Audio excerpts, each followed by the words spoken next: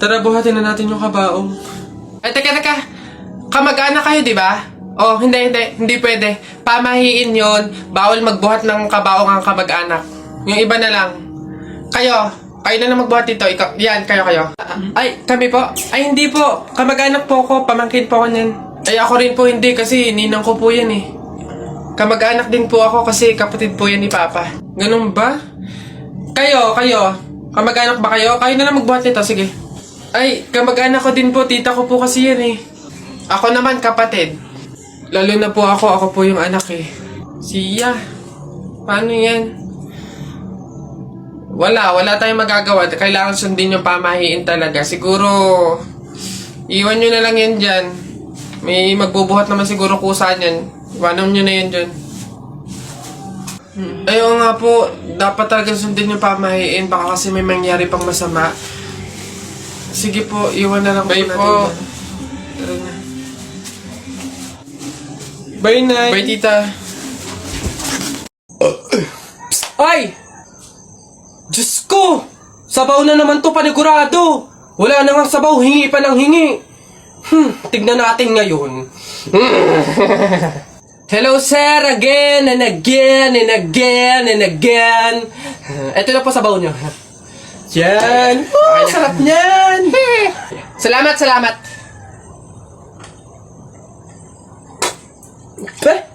Hoy! Ay, sir, bakit? Hoy, ano to? Tubig to, hindi to sabaw. Ay, sir, alam ko. Ang usapan kasi, sabaw. Hindi klase ng sabaw. Aba, bastos to. Palitan mo to. Sasabi ko sa'yo, palitan mo to. Ay, wow! Kayo pa tong galit, ha? Malamang ubos na yung sabaw namin. Kakahingi nyo. Pang 100 sabaw lang naman yung hiningi nyo kanina. Kaya naubusan na kami. Kapal naman ito. Buto-buto na nga yung ulam nyong manok. Para lang mapakinabangan nyo yung only rice namin. Kaya ka nagsisabaw dyan. Ha, ganon. Anong gagawin ko dito? Hindi mo alam yung gagawin mo? Ako alam ko. Isabaw mo yan sa only rice mo. Gawin mong sabaw tubig. Face ito.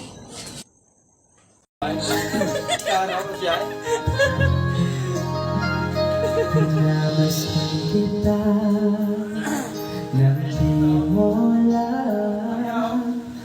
Pinapangarap ko ikaw ay akin.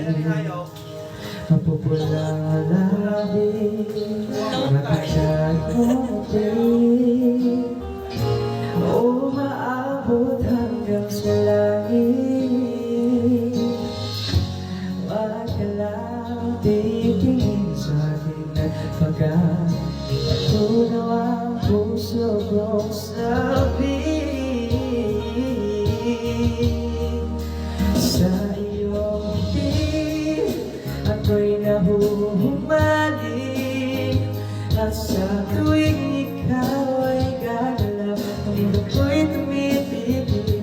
Lumalak sa iyo ang awit ng aking puso.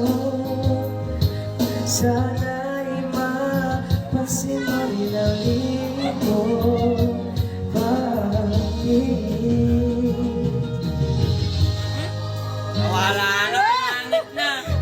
Pre, di ba sabi mo matapang ka?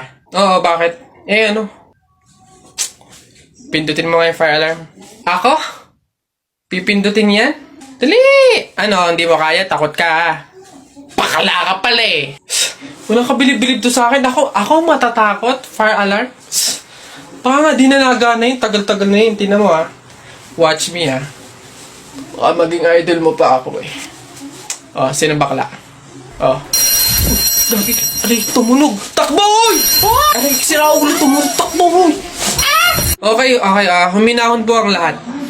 Kami po ay humihingi sa mga naabalang teacher at mga estudyante dahil po sa pagtunog ng ating fire alarm. Wala pong kahit anong sakunang nangyari dito sa school. Sadyang meron lang po talagang mga estudyante na nagtangkang pindutin po yung ating fire alarm. Buti na lang po at may CCTV at nakita natin kung sino yung pumindot nun. Kung kasi pantimpan. Gagi, ba't ako? Maloy ko bang uto-uto ka? Puntay ko ngayon. Kaya naman, pwede na po tayong bumalik sa kanya-kanyang faculty at classroom. Muli, pasensya na po. Pumunta ka sa guidance. Hello, Beth. Oy, napatawag ka, anong meron? Ayain mo ba akong gumala, kumain, mag-shopping? Babe, ang lungkot ko kasi ngayon eh. Dami kasing problema. Tatanong ko lang sana kung pwede mo akong samahan ngayon. Go lang! Basta libre mo ako ng pamasahe tsaka pagkain. Di ba? Siyempre sinamahan kita eh. Okay na yun. Okay, sige. Sige. See you. Hoy guys! Miss ko na kayo! Miss you na din guys! Sa true! Kita-kita naman tayo, nood sine, ganun. Busy pa ako sa work eh. Same, busy din sa work. Pero kung libre mo, why not? Joke! Sige. Libre ko na kayo. Ay, hindi na pala ako busy. Go lang! Sagot mo naman pala eh. Oo nga, sana sinabi mo agad, di ba? Ganun ba talaga dapat? Yung kailangan ko munang maglabas ng pera bago ko sila makasama at maramdaman sila sa tabi ko.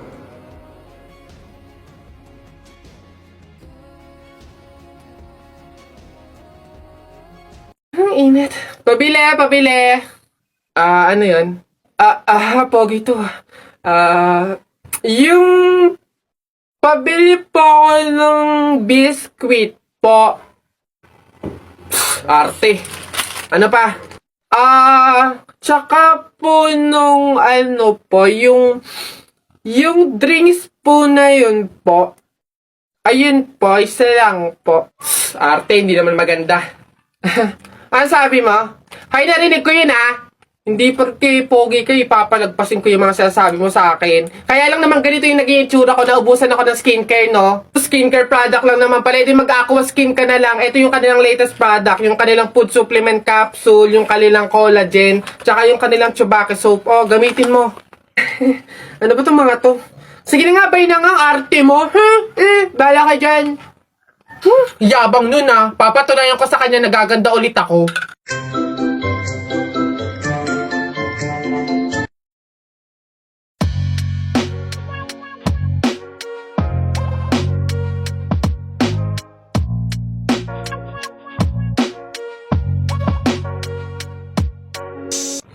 Hoy!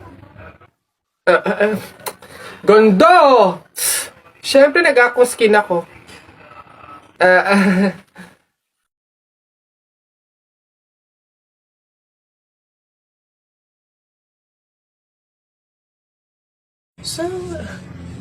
Hoy anak! Ano yung ginagawa mo? Bakit ka dyan kumakain sa dilim ha?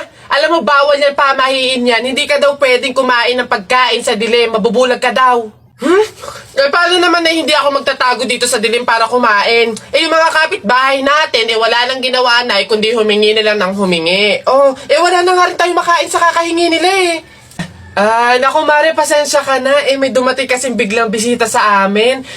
Nakakahiya't wala akong maipakain. Wala pa din naman yung mister ko at saka hindi pa nun sahod. Baka naman meron ka dyan kahit anong pagkain na pwede maipameryenda. Sige na, nakakahiya naman kasi. Oo nga naman, Mare. Ako naman, naubusan na ako ng bigas. Nakakahiya namang ulit mangutang kina Ate Telay. Gawa nga ng 3 kabang bigas na yung utang ko doon. Baka naman meron kong maipahiram man lang din miski 1 kilong bigas. Sige na. Tsaka nga pala, yung ipapaulam ko sa mga anak ko, itlog na nilaga lang. Nakakaawa naman yung mga bata. Baka naman pwedeng pakidagdagan miski fried chicken. Dali na. Nako, Mare, pasensya ka na. Wala na rin kasi kaming naiyakin yun. Ito Mare, baka pwede na to. Pasensya na paghatian nyo na lang. Yan, salamat Mare. Naku, babawi naman kami next live. Sige, salamat.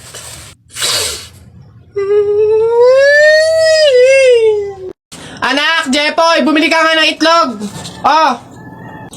Sige, Nay. Kalimutan mo. Hoy, si Jepoy! Hoy, Jepoy, ano nangyari sa'yo kahapon? Oo nga, kinikilig ka sa mga banat ni Buboy, no? Hindi naman talaga ako kinikilig nun. Tekniko yun para matalo yung Buboy na yun, si Buboy! Jepo, yun lang naman pala kahinaan mo, Kilig-kilig ka pa dyan sa mga banat ko? Utot mo, di tuloy na natin yung laban natin ngayon. Nakita ko nanay mo sumakay ng bus, bukas na 2 pinto, sa bintana pa lumabas. Ayun! O G, hindi ka bagay sa Pilipinas, bagay ka sa lata ng sardinas. Ayun! Sus, hotdog, cheese dog, nanay mo sabog. Ayun! Aba, ayaw mo magpatalo ba? O tignan natin sa banat kong to. The sun is rising, the rain is coming. When I see you smiling, naku po, I'm falling. Ayun! Hoy, di mo na ako maloloko sa mga ganyan-ganyan mo. Tuloy na natin yung laban, ano? Sige, tuloy na natin. Sa kasalan. Anong magagawa? Laging natutulala. Tuwing lumalapit ka, tuwing lumalapit ka, ako ay natutuwa kahit di sinasabi. Hindi. Sabi ng nanay mo, hop, wag ka na nga magsalita, kinilig ka na naman. Uwi na nga ako, tara na nga. Sa buhay ko.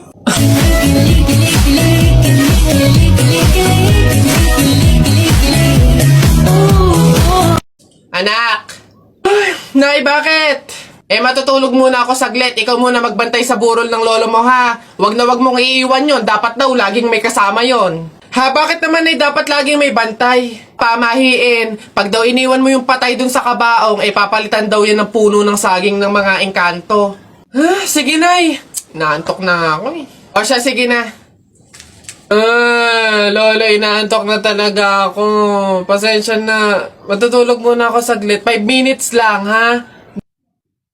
Di naman siguro totoo yung mga pamahiin na yan. Engkanto. Sige. Oh, bakit walang bantay dito sa burol? Ang lolo! Lolo! Sinasabi ko na nga ba? Nay, bakit anyari? Wala na yung lolo mo. Ha? Wala na sa kabaong si lolo? Oh? Sabi ko naman kasi sa'yo, bantayan mo eh. Kukunin nyo ng mga engkanto at papalitan ng puno ng saging.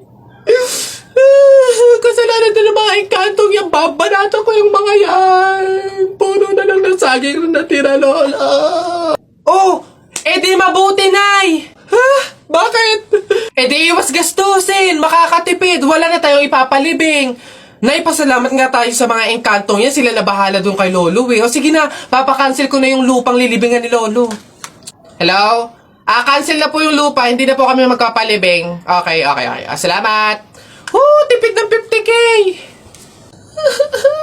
Lala.